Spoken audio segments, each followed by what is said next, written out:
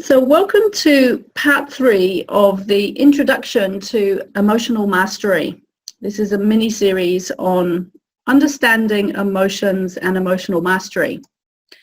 And if by any chance this was the first video that you're watching, my name is Kim Knight and I am a health and empowerment coach for women. And I show women who do too much and value themselves too little how to look after themselves. And if they've been overdoing it so much that they've become completely sick, then I show them how to get their life back.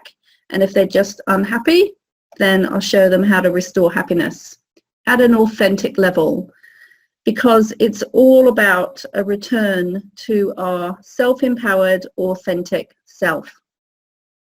The purpose of this introductory series is to show how managing and mastering our emotions is vital for health, happiness, and success, and to bring you some information to help you to manage your emotions. And I was sitting down last night writing a list of, well, what happens if we don't deal with our emotions? And here are a few things that will tend to turn up in your life, which will be a signal that there needs to be more attention paid to how you're feeling and learning to clear emotional energy from the body. What we will find is that we never get what we want and we never say what we want because we're holding everything inside and we're too afraid to express how we truly feel. And we'll find that words maybe get stuck in our throat because they literally do. We may feel frustrated and unfulfilled in general in our life because we're just simply not expressing our truth and saying how we feel. That may even build up to feeling angry and resentful. And I remember one of the things that I used to do when I grew up, which I no longer do now, it's like I'd actually forgotten about it until somebody reminded me a few weeks ago because they said that they did it. And that is, we will sulk. We will go into a sulk. And that is a sure sign that we're not dealing with some emotions. And the emotions likely to be underneath sulking are things like hurt and frustration. We are likely to feel shortchanged in our life, like we're just not getting what we want. We will feel powerless, and we will feel powerless to speak our mind. And we'll often find ourselves on a constant emotional roller coaster. So ups and downs all the time. Either we're feeling sad, we're feeling frustrated, we're feeling angry, we're feeling afraid, we're feeling anxious, we're feeling depressed. It'll be one emotion after the other. And the problem is they'll stick around. These emotions will stick around for days, months, weeks, maybe even years. We're constantly experiencing what we don't want to experience, but we don't know how to get out of it. And one of the major keys to knowing how to get out of it is to learn how to process emotional energy. We will constantly worry and doubt ourselves. And this is very common. And I love the quote that worrying is mentally rehearsing what we don't want to happen. So worry and fear and anxiety, they're all very closely connected. And we will doubt whether we deserve, whether we can have what we want, whether we can do what we want. There'll just be so much self-doubt. And we'll also worry about what other people think of us, constantly thinking of what other people are thinking, although that is a pure projection from our own mind. And as a result of all this, we will actually be unable to really listen to our own inner guidance and our own intuition, which an intuition is essentially our inner tutor. And so we will stop trusting ourselves, and that is another biggie, is that we will stop trusting ourselves, and that will lead us to not trust other people, and ultimately that will lead us to not trust in life. So we will miss a lot of inner guidance and soul guidance, which is what I'm going to talk about later in our webinar today. And we will feel very disconnected. We will feel disconnected from other people, but essentially what that means is that we're really disconnected from ourselves. And so that will lead to us feeling quite lonely, because when we feel disconnected, we're going to feel lonely and alone. And often we will take offense, because if we don't know how to process our emotional energy, we'll often be taking things personally when they actually don't need to be taken personally. And we will also compare ourselves. We'll constantly compare ourselves with other people. And usually, if we have a lack of self-confidence and self-worth, we'll be comparing ourselves as lesser than rather than better than. Some people will go into the better than, but a lot of people, and especially the people that I tend to work with, they're putting themselves down and constantly making themselves less than other people. And if we don't know how to deal with our emotions and process our emotions and communicate our feelings, we will find it very difficult to be authentic and assertive with other people. And so we'll just hold everything inside, and then we'll let other people walk all over us or take advantage of us or even control us. And everything will just get stuck inside. And as I said before, it's like everything just gets stuck in the throat. And of course, this is all going to affect how we relate to other people, because we live in a world of relationships. And so whether it's a relationship with a partner or our children or our parents or our family, our friends, our work colleagues, not being able to express ourselves emotionally and deal with our emotions so that we're not feeling crap and down all the time is going to affect our relationships, and it's going to affect our overall enjoyment of life. So this is why in 25 years of exploring this, I absolutely know that learning definitively how to process emotional energy, which is completely possible, we can totally change our life. So I just want to recap what we did in session 1. We looked at what I did to manage and master emotions, which resulted in me recovering from chronic depression and chronic illness. And we looked at how and why emotions are generated in the body, and also how they get stuck in the body because they're energy. And we looked at the 3 levels of communication that the body uses to communicate its needs to us, because our body has needs, it needs to be looked after, and it has this internal guidance system to let us know whether we're on the right track or not. And one of the major parts of this internal guidance system is emotions.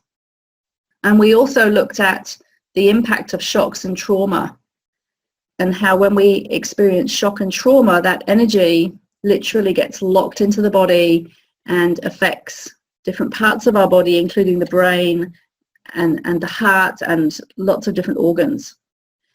And in session 2, we then went deeper into this and looked at what different organs are affected by different emotions, and what we call the 4 emotional relays to the brain and the 4 emotional themes. And if you haven't watched those, then I highly recommend that you go back and watch these first 2 parts. And we also looked at the first step in emotional awareness.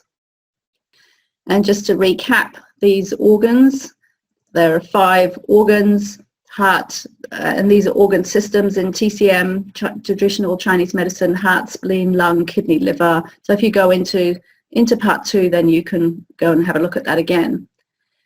And as I said, there's not just a negative cycle, there's also a positive emotional cycle. And so we can learn to actually grow positive emotions, which in Chinese medicine are called virtues. They're called virtuous energy, and we're going to be looking at that again later in this section. And we also talked about the 4 brain relays: cerebral cortex, cerebral medulla, cerebellum, and the brainstem, and the 4 emotional themes which relate to these 4 brain relays. So we have self-worth, protection and integrity, survival, and the social environment. And this is a very, very big topic. I just touched on it, introduced it in part 2. So our agenda today for session 3 is: why is it essential for personal evolution and the evolution of humanity to learn to manage and master our emotions, and how our soul communicates to us via our emotions, and how we're designed to develop this virtuous energy in our organs. And then I'm going to share the 5 heart qualities that we need to cultivate in order to experience true happiness, peace, and success. And then I'm going to share an exercise which you can use to dissolve almost any emotion in just seconds. Part 1, personal evolution. So from my experience of 25 years of really searching deep into personal development and learning how to heal myself from a lot of pain and a lot of illness, what I have discovered so far, and this is only my personal viewpoint here that I'm sharing, but I do believe from all the very valid teachers that I've heard it from that I'm not the only person on the planet to look at life like this, is that we are here to evolve and to grow. And in a bigger picture, the outer world is a reflection of our inner world. And there are many, many quotes that I could share to demonstrate this, but here's one from Gandhi. We can never obtain peace in the outer world until we make peace with ourselves. And there is not a shadow of doubt in my mind after all the personal development work that I have done and the hundreds of workshops, the thousands of hours of personal development for myself, plus the professional training, is that change starts inside.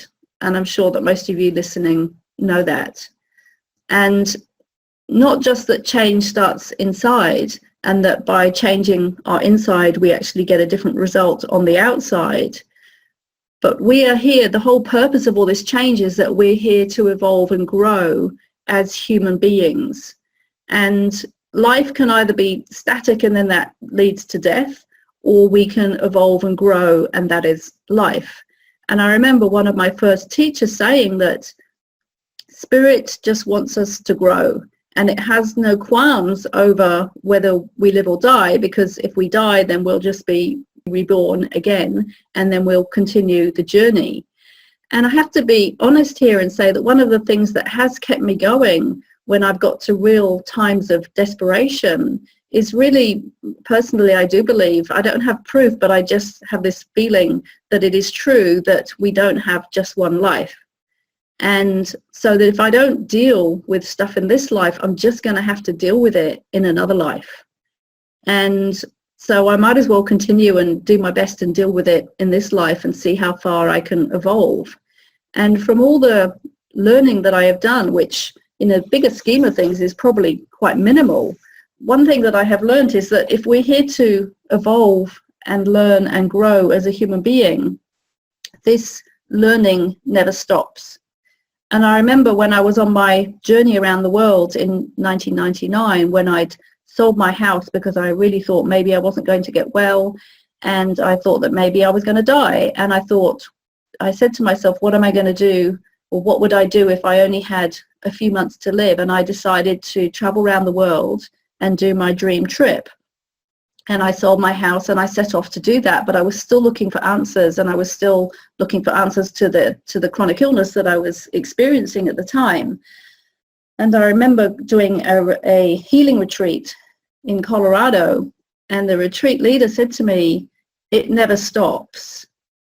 And I said, "What never stops?" He said, "The learning never stops, and the growing and the evolving never stops." And that was quite a shock to me when I heard that, because in my mind I had this image that I'm going to get to a certain place and then that's it. I'll never have to learn again. I'll never have to grow anymore. My whole life will be sorted. And it was a real shock to learn that actually, apparently, and I do believe it to be true, that the learning never stops and we keep evolving as human beings.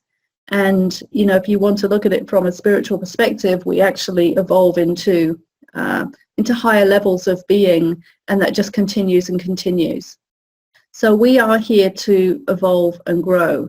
And even if you only look at it from a point of view of this lifetime, we're still here to learn and evolve and grow.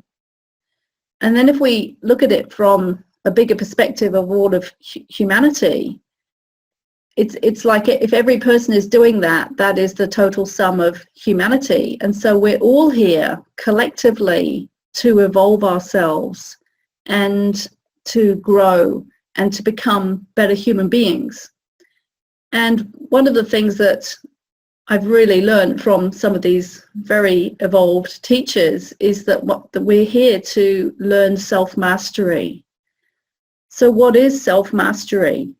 Well, my understanding of it at this time, because as I evolve, my understanding of everything also changes. But my understanding of self-mastery at this point in time is that we are here to master our physical body, our emotional body, our mental body or our mind, and our spiritual selves. And those are the four parts of a human being, the way I like to chunk up a human being, if you like, but of course everything is interconnected. And I remember about 10 years ago sitting in a talk by a self-realized master, and the very first words that came out of his mouth that evening were, "Become your own master." And as I was sitting there, I felt the words really hit me square in the chest. And I really got it. I really got that, oh my goodness, this is what I have to do. And this is a big task. This is no easy task. It is not an overnight process. It's not even a process that one could do in a year. It is literally a lifetime of effort and application. And in this Introduction to Emotional Mastery series, what I'm bringing up is the topic of emotional mastery. We're not looking at the other aspects so much, although of course they all interlink. As a human race, we're here to master ourselves. And there are different levels of consciousness of being a human being. And we need to move up these levels of consciousness step by step or one by one. And in my Introduction to Consciousness and Health series, which is also coming soon, I'm going to be talking about these different levels of consciousness and how they relate to our health and what choice of therapy we will choose, because literally our level of consciousness will affect the choice of therapy that we make, or even the choice of therapy that we find, that we even come across. As a planet, we are here to evolve ourselves. And if you look in the Vedas, which are these very, very ancient teachings from India about life, one thing that also blew my mind many years ago was learning that there are different cycles of evolution which literally span millions of years. And there are four main levels of evolution, and they go round in a circle and they just keep repeating. And the first level is called the Kali Yuga, which translates as the Dark Ages. And we often say, you know, we're in the Dark Ages. And then there are two levels above that, and I can't remember their names. And then the top level is called the Satya Yuga. Yuga just means cycle, and it's a cycle of time that spans millions of years. And the Satya Yuga means truth. It's the age of truth. And a lot of people talk about this and they refer to it as the golden age. And as we evolve our consciousness as human beings, we move collectively from one age to the next. But remember, this is like spanning millions of years. And then what happens is then we go back down and we go back and the circle begins again. And the whole thing that Indian teachers talk about is it's about getting off this cycle of life so that we don't have to keep repeating this. But what was really interesting when I was reading this book, and the book was, I can't remember what the title, but it was written by Sri Yukteswar, who is an Indian sage. I think it might have been called The Science of Truth. I'm not quite sure. But what was really interesting is that as I went through it, I worked out, according to all the figures and the statistics that he gave, I worked out where we are in those ages. And at the moment, humanity is about a third the way up the Kali Yuga. So we're still in the Dark Ages. We're still in that bottom quarter. We haven't even made it to the second or the third, and certainly not the fourth stage. So this is why we have so much stuff going on the planet, so much difficulties, all these wars and conflicts, and this low level of consciousness. So we are really here, I believe, to evolve our consciousness, and my job is to help people evolve their consciousness. And in particular, my interest is in emotional mastery. So let's look at soul communication. I feel, and what I've learned through, especially through ancient Chinese philosophy, is that our body communicates to us internally without words. And we already touched on this in the first webinar, I think it was, when we looked at how the body communicates to us, first of all, via sensations. We could say, for example, a gut feeling, just an internal sensation that we would not classify as a pain because it hasn't got to the point of feeling like a pain, but it is a sensation that we cannot ignore. And that is how it should be. We're not meant to ignore it. But if we don't notice that sensation and we ignore it, and I gave the example of the job interview that I was at when I did ignore the gut feeling that I had, then that it will very quickly turn into an emotion and stress, and those two things go very closely together. And if this goes on for too long, then it will become symptoms.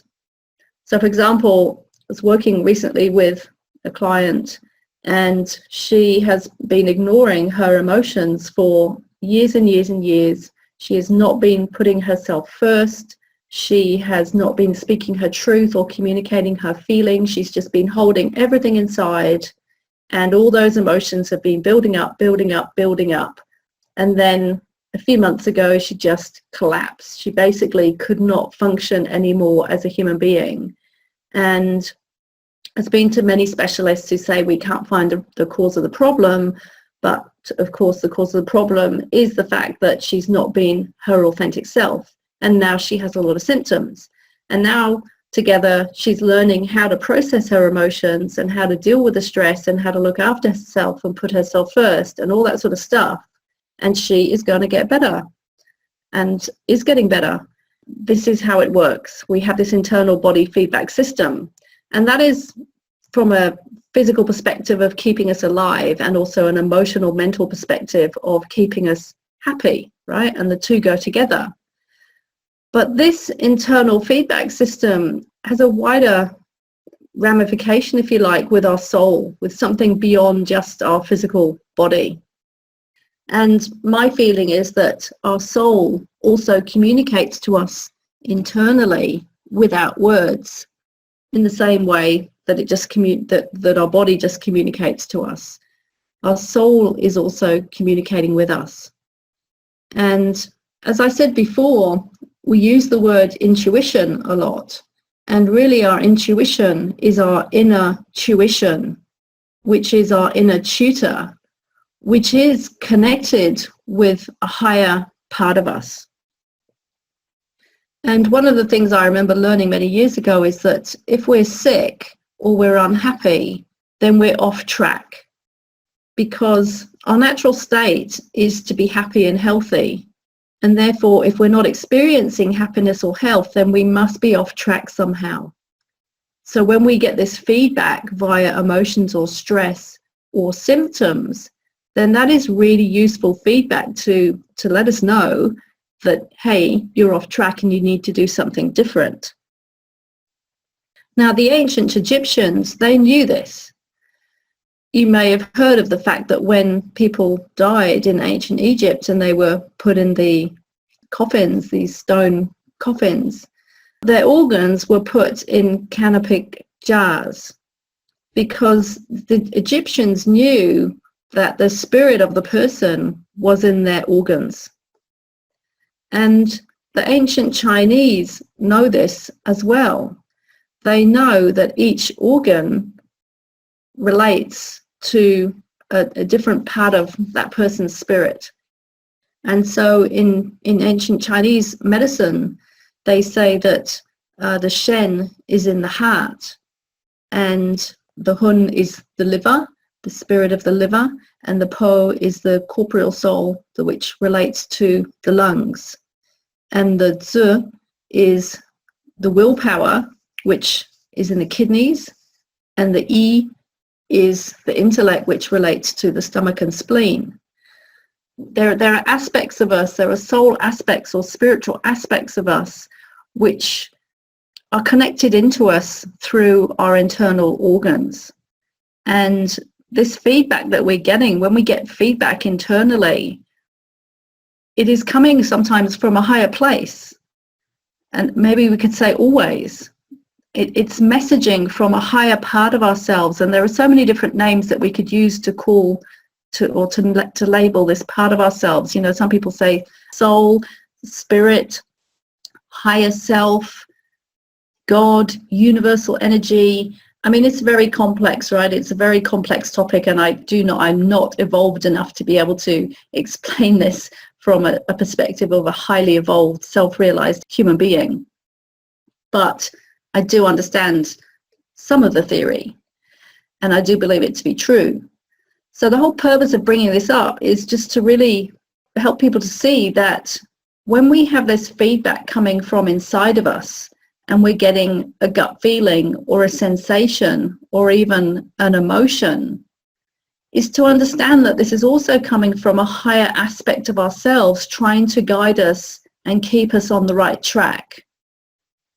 This is not just from our small self inside our body or our limited mind.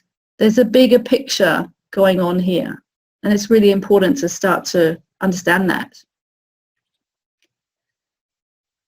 Part 3, we're going to talk about virtuous energy and how we can develop these virtuous energies, or we might say positive emotions. Because up until now, I've spoken a lot about negative emotions. And if you remember, I don't know if it was part 1 or part 2, but I talked about how we have virtuous energy or positive energy, which is always and already inside of us, just like the sun is always shining. But if we have all this negative energy in the way, then we can't experience the positive, because it's like the clouds are in front of the sun and we just don't get to experience the sun. And that was quite a revelation for me when I was going through my application of these meditation techniques that I was learning and using, and really understanding, oh my goodness, all this positive energy and these positive feelings, they're already inside of me, and all I have to do is to get the stuff out of the way that is stopping me experiencing this positive stuff.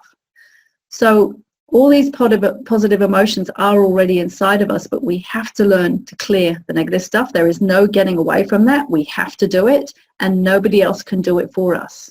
And often, you know, we can want magic pills and magic wands, but it just doesn't work like that. The only person that can do it is us. And then, of course, once we start to clear and manage our emotions and the stuff that we don't want, then we get to experience the stuff that we do want, and we can even grow that even more. We can grow this virtuous energy. And as I spoke about last time, we have these different positive emotions or positive virtues that relate to different internal organs inside the body. And through the meditation techniques that I used, and there are many other ways as well, it was just the way that I did it, is that we can literally clear out the negative stuff and then bring in the positive stuff. And another thing that was really interesting in terms of going back to this higher level of why we need to process our emotions is when I started to learn these techniques in the meditations that I was doing, they basically said that if you don't clear all this negative stuff out, as you evolve and grow and your consciousness evolves and grows, those negative emotions will also magnify, because you're getting more power, if you like, and more spirit in your body, and that will just magnify whatever is in your body. So if you still have a heap of anger or sadness or fear, that is not going to just disappear, it's going to grow. So you have to clear it. You have to learn how to clear it and bring your internal state back to a very calm, neutral, peaceful state. And that really made sense to me. It's like, gosh, yes, I have to do this. If I want to evolve my consciousness, I'm really going to have to clear this stuff out that is going to be magnified as my consciousness evolves. So we need to grow our virtuous energy. We want to grow our virtuous energy, which means we have to clear the negative stuff out, which is blocking that positive or virtuous energy. And then we can cultivate our positive energy even more, and we can grow it. So there are 5 particular heart qualities which are very, very important to grow and cultivate. Now, if I go back to this slide here, we have these 5 elements, and we have the heart, which is to do with love and respect. We have the spleen and stomach, which is to do with trust and openness. We have the lungs, which is to do with courage and honesty. We have the kidneys, which is to do with calmness and gentleness and peace. And we have the liver, which is to do with kindness and generosity. And these are the positive virtues or positive energies which I'm talking about growing when I'm talking about growing positive virtues. But this is just one way of looking at it. I'm not saying that these are the only positive emotions or virtues that we grow. These are just some of the core virtues which are connected with each of these 5 organs. But we also have, what I've learned is 5 heart qualities which we need to cultivate and develop. And when we cultivate these 5 qualities, we then develop wisdom. And through the training I've done in Chinese medicine and also multiple brain integration, what I've learned is that when we grow these positive virtues and these positive emotions and we clear all the negative stuff out the way, we then evolve ourselves to a higher level of being where we develop wisdom. And that is really important. And that is this, when I talked earlier about, the evolution of humanity, is where we're at is we're moving towards developing wisdom. And oh my goodness, don't we need that? If you look at the world today and you look at all the craziness in the world of how things are so out of balance, we live in a really consumeristic society where people are just taking from the earth. The earth is literally sick. We have all these wars, and now we're seeing the consequences of those wars with all the refugees. That is the consequence. If you have wars and people's cities are literally decimated, then people are going to be displaced. I mean, we are living in a very, very sick world right now. We do not have a lot of wisdom, and we need to develop this wisdom, because when we develop wisdom, we are highly in touch with our inner self, our higher self, our soul, whatever you like to call it, and we are living from a different place where our values are very, very different. So we're also going to be changing our values. So rather than valuing a whole lot of rubbish that you can buy at the warehouse, which is a shop here in New Zealand, which is just all basically a load of rubbish, which is just a complete waste of Earth's resources, we see that actually, no, that is not of value to me anymore to buy that sort of rubbish, and I choose not to buy it. And therefore, if everybody starts choosing not to buy all these things, then they will no longer be produced, because the only reason they're produced is to make money. So we need to develop wisdom and a very different understanding of life. And this is what we start to do as we evolve our emotional selves. And so the 5 heart qualities, and they go in order, are trust, openness, love, gratitude, and respect. And again, I'm not saying these are the only qualities we have to develop, but these are 5 very important qualities that we need to develop. So first of all, we have to develop trust. And that means that we trust ourselves implicitly, we trust others implicitly, and we trust life implicitly. So I'd like you to ask yourself right now, how much do I do that? How much do I trust myself? How much do I trust others? How much do I trust life? And you could rate each of those out of 10, 0 being no trust, 10 being complete trust. Now, in my work with people and for my own self, I can say that trust is a huge issue. And if we are either unhappy or sick, then trust will be a big issue. And this is a whole little mini series of itself that I will be creating as part of And I'll talk about this later as part of the emotional mastery series, because trust is a very big issue which needs to be addressed. And when we trust, we then open. We open our heart. Because we trust, we feel safe. And so we open to life, we open to others, and we open to ourselves. And I don't just mean ourself, our little self, I'm talking our higher self as well. And then we experience love.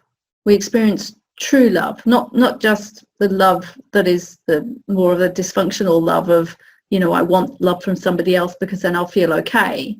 We experience true love. We experience true love of self, others, and the whole world, the universe.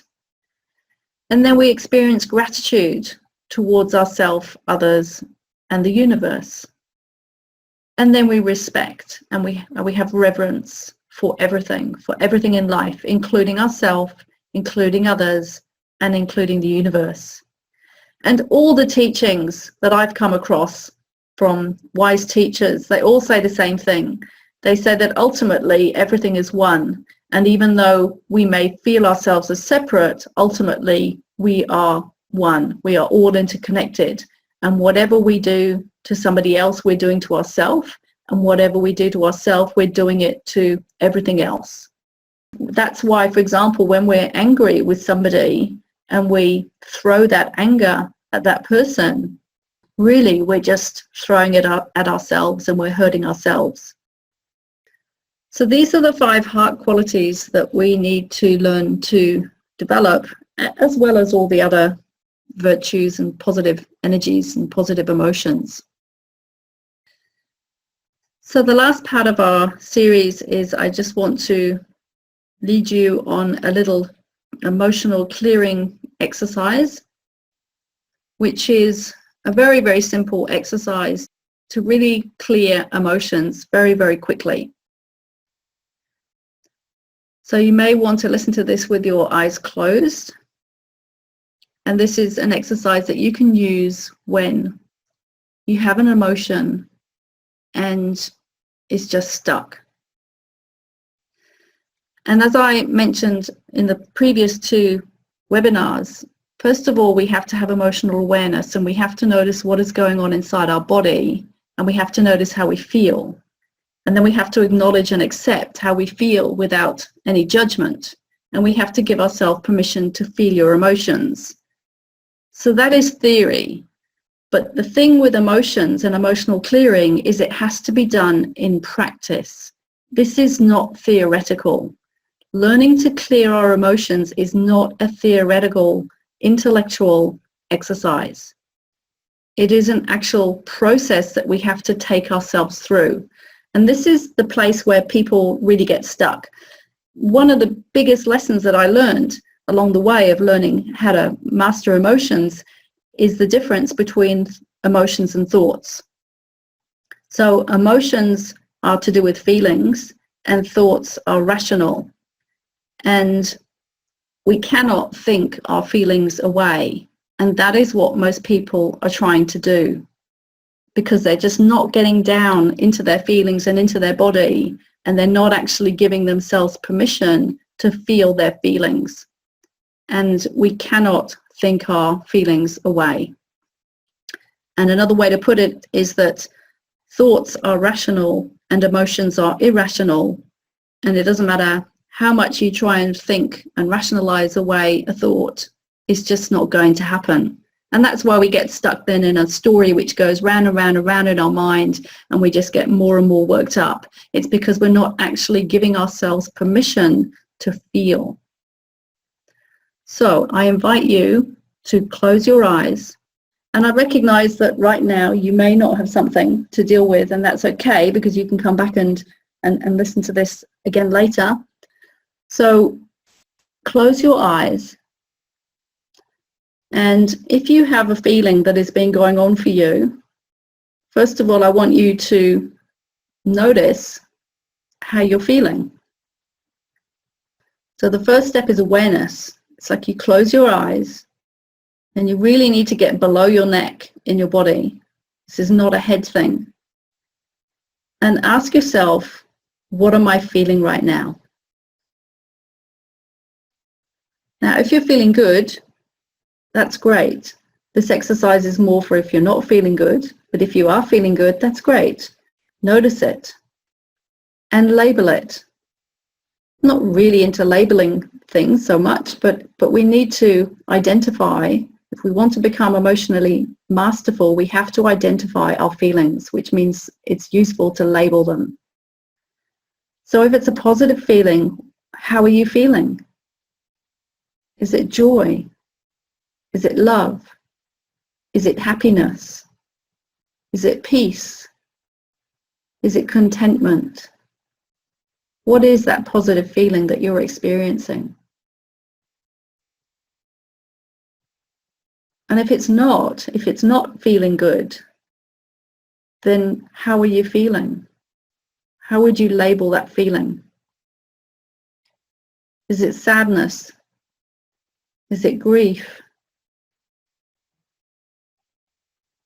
Is it anger or frustration or resentment, envy, jealousy, fear? What is the feeling? First thing we have to do is to identify the feeling. And once you've identified that feeling, you simply say to yourself, I acknowledge this feeling.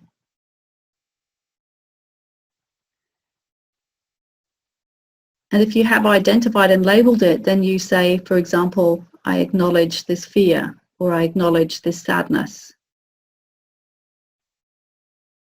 And you simply acknowledge the fact that you have noticed this feeling.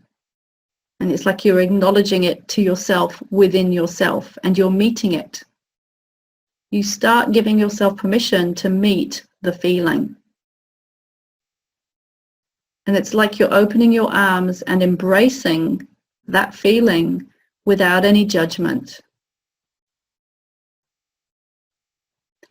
And just notice how you feel as you open your arms to embrace that feeling. Because most people are resisting their feelings, but they don't even know they're doing it. And what we resist persists. It's just a law of physics. So the only way to change that is to do it differently. So instead of resisting, we embrace. And silently, in the privacy of your own mind, you can say to yourself, this feeling is welcome. And you welcome that feeling with open arms.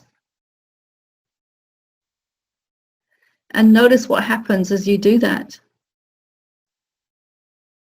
What happens inside your body when you acknowledge and you embrace rather than judging and pushing away? What feels better? And you just keep saying to yourself, this feeling, or this sadness, or this anger, or whatever it is, this feeling is welcome. I acknowledge this feeling. I give this feeling permission to exist. And it's okay for me to have feelings. I'm allowed to have feelings. Feelings are okay. And just notice what happens inside your body energetically as you do that. Because the one thing that emotions want is they want to be accepted without judgment. They want to be accepted unconditionally. Just like when a child falls over and they just want some loving attention, this is what our feelings need. They want to be noticed, they want to be accepted, they want to be acknowledged, they want to be felt.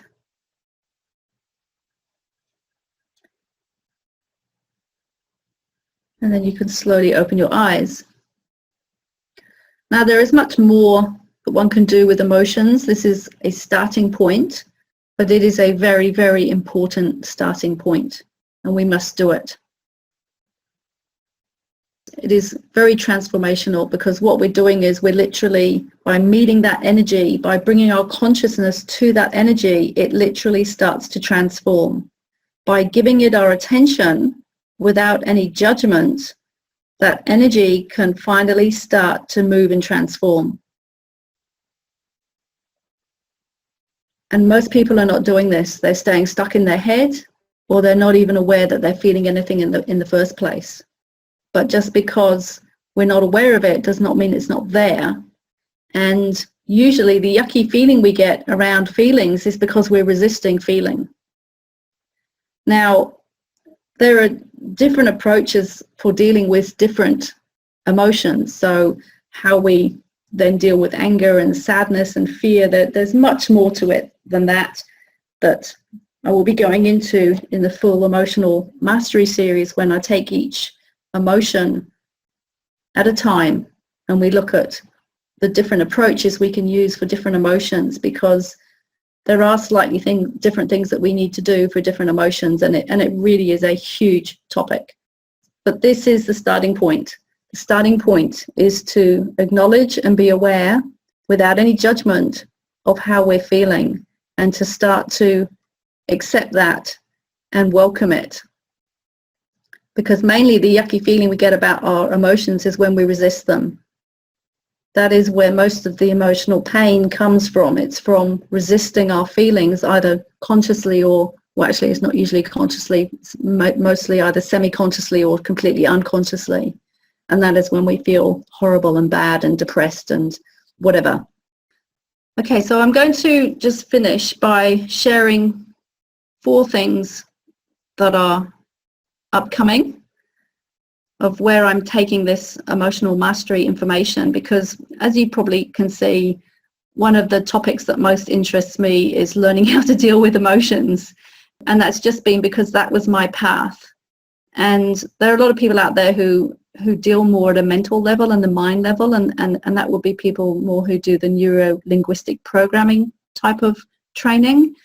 But for some reason, I've been very, very drawn to how to manage and master emotions. And I've literally trained in about, I don't know, it's probably about 7 different professional modalities which all teach how to manage emotions. And they all have a slightly different approach and slightly different, different techniques. But ultimately, some of those things cross over, and ultimately they're all saying the same thing, which is what I like because it gives it validity, is that if we don't deal with our emotions, we cannot be happy or successful or healthy. It's that essential. And the modern world is only just starting really to catch up on this.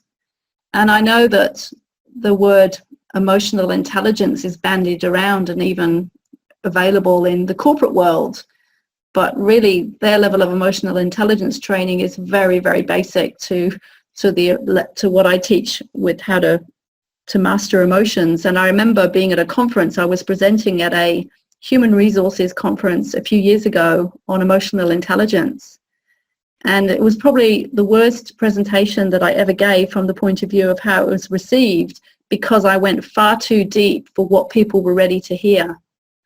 And people were just sort of sitting like stunned mullets in the audience.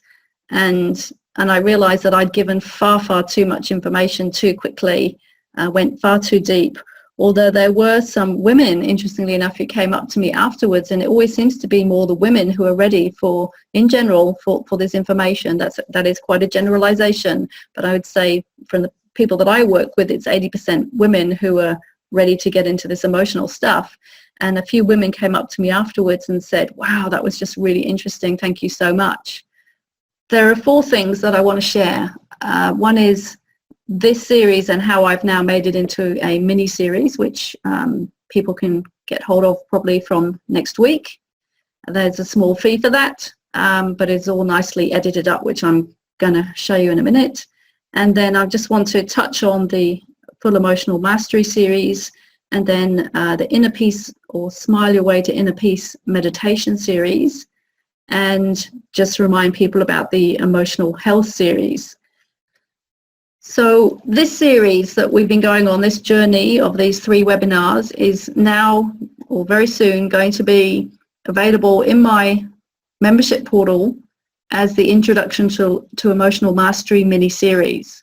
And what I have done is each webinar has been chunked up into bite-sized chunks. So for example here, the purpose of emotions, how they get stuck, shock moments, and then in module 2, the brain relays, the emotional themes. I haven't got module 3 in here yet because we're doing it right now. And so that will be available very shortly, and you'll be sent an email about that if you want to get hold of that. And then what I'm working on is a much, much bigger program, which is my full emotional mastery series, where I just share everything that I've learned to help people understand and manage and master their emotions.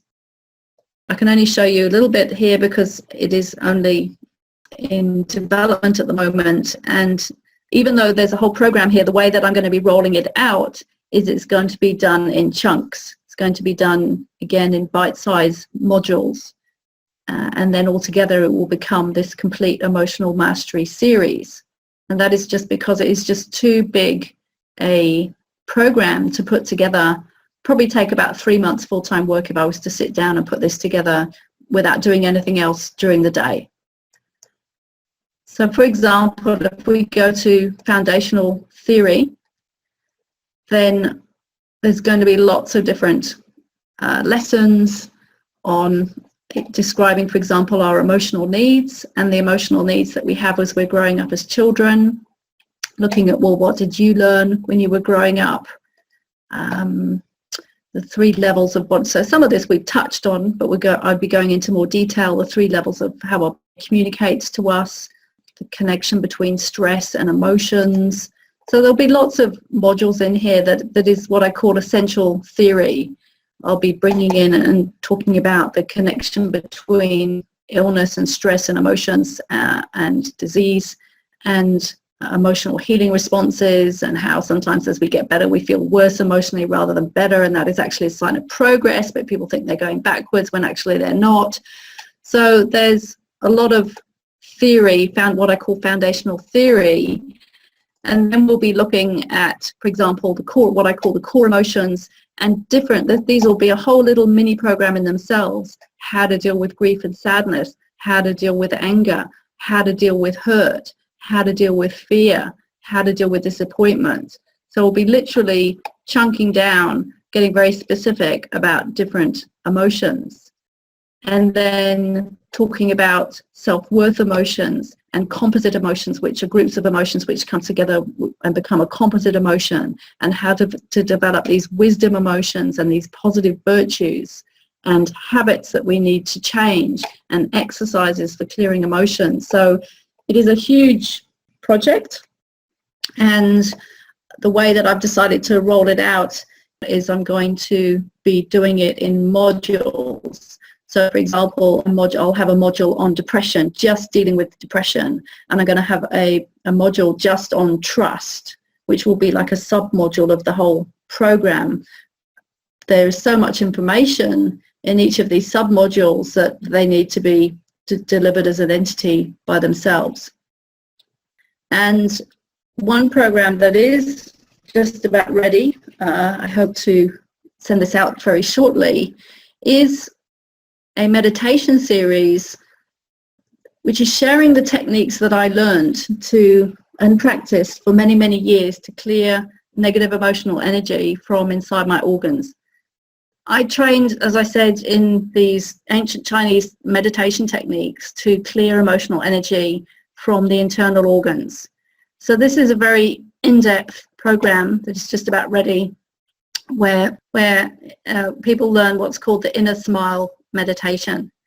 And so again, you can see here lots of different modules talk about that there are 3 different types of smiles. We look into where are your organs, because when you're doing a meditation to the internal organs, you need to know where they are, because you've got to place your attention there. and we talk about the 5 child senses and how our senses relate to these different organs. And then there's like how to do the meditations, and there are different meditations. So we've got the quick meditation, 11 minutes, and we've got a longer meditation, 30 minutes. We've got meditations to what we call the major organs and the minor organs. So it's like a really in-depth series on, in a very practical way, of how to go into your body, how to go into each of these organs and clear the negative emotional energy out and grow the positive virtuous energy. And I did this meditation every day for about 7 years, and I had such profound understandings from inside my body about how emotions work and what they are and why they're there and why they're in different organs. And you can only get that insight by actually doing the meditation itself. It's like I could tell you what things mean, but one has to experience it internally. One has to have an internal experience, and that comes from practicing.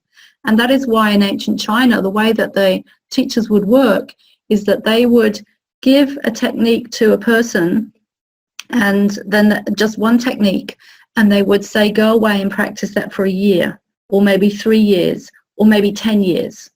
And that is how they were taught. And this information in this particular meditation series was actually secret for many, many years. It was not taught to people, apart from a very few people that it was passed down to from teacher to student. So this used to be very secret information because it's very, very important, very, very profound information, because it's essentially what we call internal alchemy. We're learning internal alchemy, and alchemy means to change, to transform. So we're literally transforming from the inside out. And that is my Smile Your Way to Inner Peace program. And the last thing is, I mentioned it last time, is the Emotional Health Transformation series, which is all to do with the connection between stress, emotions, and health. And this really goes into depth about what stress is and how that stress then connects with emotions, and also goes into talking about our emotional needs, what emotional needs need to be met by the age of 7. And we have an appraisal of which needs were met or not met, and then an exercise to start refilling any emotional needs that were not met, plus a whole load of, there's lots of information and processing and exercises in this series, too much to share now. But for example, here's some of the exercises. An exercise, how to stop the monkey mind chatterbox, how to dissolve emotional energy, how to build self-love, a taster of the inner smile meditation, another meditation, an exercise to undo guilt. So there's lots in there, and it is a really good starting point if you're wanting to understand more about the connection between how stress and emotions become illness, and how you can start to clear symptoms by managing your stress and your emotions and learning how to deal with emotions. So finally, just to say thank you for joining me in this series. And if you haven't already joined me on Facebook, that's where I post most updates. It's the quickest way to get any news. If you just look for Kim Knight Health or Art of Health on Facebook, then you'll find me. So just going to say thank you and goodbye. And I look forward to seeing you inside a program or on another webinar. So I'm wishing you a lovely day.